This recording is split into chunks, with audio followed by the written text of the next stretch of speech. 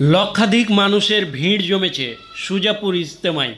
আগত মেহমানদের আপ্যায়নের জন্য সুজাপুরবাসী জায়গা জায়গায় করেছেন ফ্রি ক্যান্টিন, ফ্রি চায়ের দোকান, ফ্রি ফলের দোকান থেকে শুরু করে করেছেন ফ্রি মেডিকেল ক্যাম্প, যেখানে হোমিওপ্যাথিক ও অ্যালোপ্যাথিক দুটোরই ব্যবস্থা রয়েছে।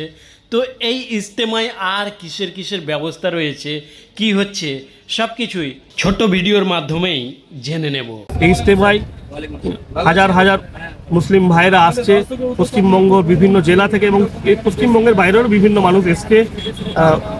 এই মেহমানরা এসছে এখানে, তথা এলাকার বিভিন্ন মানুষেরা রয়েছে, হাজার হাজার মানুষ যোগদান করেছে।